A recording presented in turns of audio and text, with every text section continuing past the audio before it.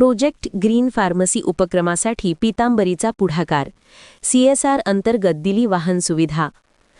निसर्ग या संस्थेतर्फे राबविण्यात येणाऱ्या प्रोजेक्ट ग्रीन फार्मसी या पर्यावरणपूरक उपक्रमांतर्गत शहरातील विविध ठिकाणी कालबाह्य औषधांची सुरक्षित विल्हेवाट लावण्यासाठी पुढाकार घेण्यात आला असून या समाजोपयोगी उपक्रमाला हातभार लावण्यासाठी पीतांबरी प्रोडक्ट्स प्रायव्हेट लिमिटेड या कंपनीने महत्त्वपूर्ण योगदान दिले आहे.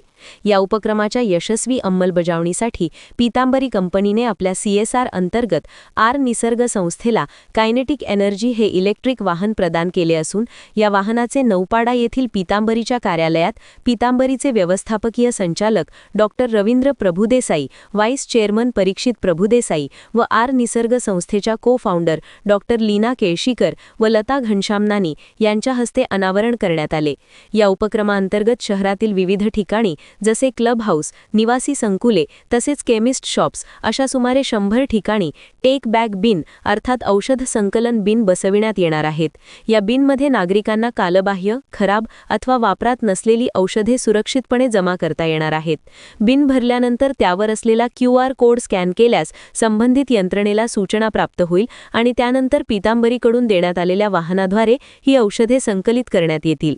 यामुळे नागरिकांना वापरात नसलेली व कालबाह्य औषधे सुरक्षितरित्या जमा करता येणार असून पर्यावरणाचे संरक्षण व प्रदूषण रोखण्यास मोठी मदत होणार आहे.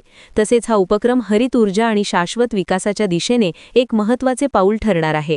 त्यामुळे जास्तीत जास्त नागरिकांनी या उपक्रमाचा लाभ घेऊन पर्यावरण संवर्धनासाठी आपले योगदान द्यावे असे आवाहन पीतांबरी कंपनी आणि निसर्ग संस्थेमार्फत करण्यात आले आहे. नमस्कार. पीतांबरीतर्फे सगळ्यांचं पुन्हा एकदा मी स्वागत करतो. निसर्ग आणि पीतांबरी अशा दोघांनी मिळून हा ग्रीन फार्मसी हा प्रोजेक्ट आपण इकडे करतोय ठाण्यामध्ये. भारतामध्ये हा पहिल्यांदाच प्रोजेक्ट केला जातोय. त्याचं उद्दिष्ट म्हणजे आपण जे काही एक्सपायर झालेली औषधं किंवा जी नको असलेली औषधं आहेत तर ती जर का कचऱ्यामध्ये किंवा जमिनीमध्ये गेली तर त्याच्यापासून खूप विषारी जमीन किंवा विषारी पाणी प्रदूषण होऊ शकतं.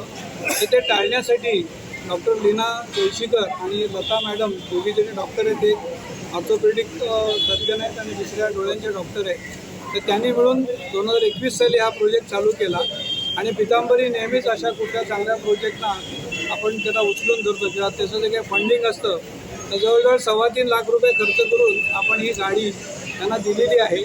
पूर्णपणे ही पण बॅटरी ऑपरेटेड गाडी आहे, म्हणजे ह्याच्यातून सुद्धा कुठल्या प्रकारचं प्रदूषण होणार नाही.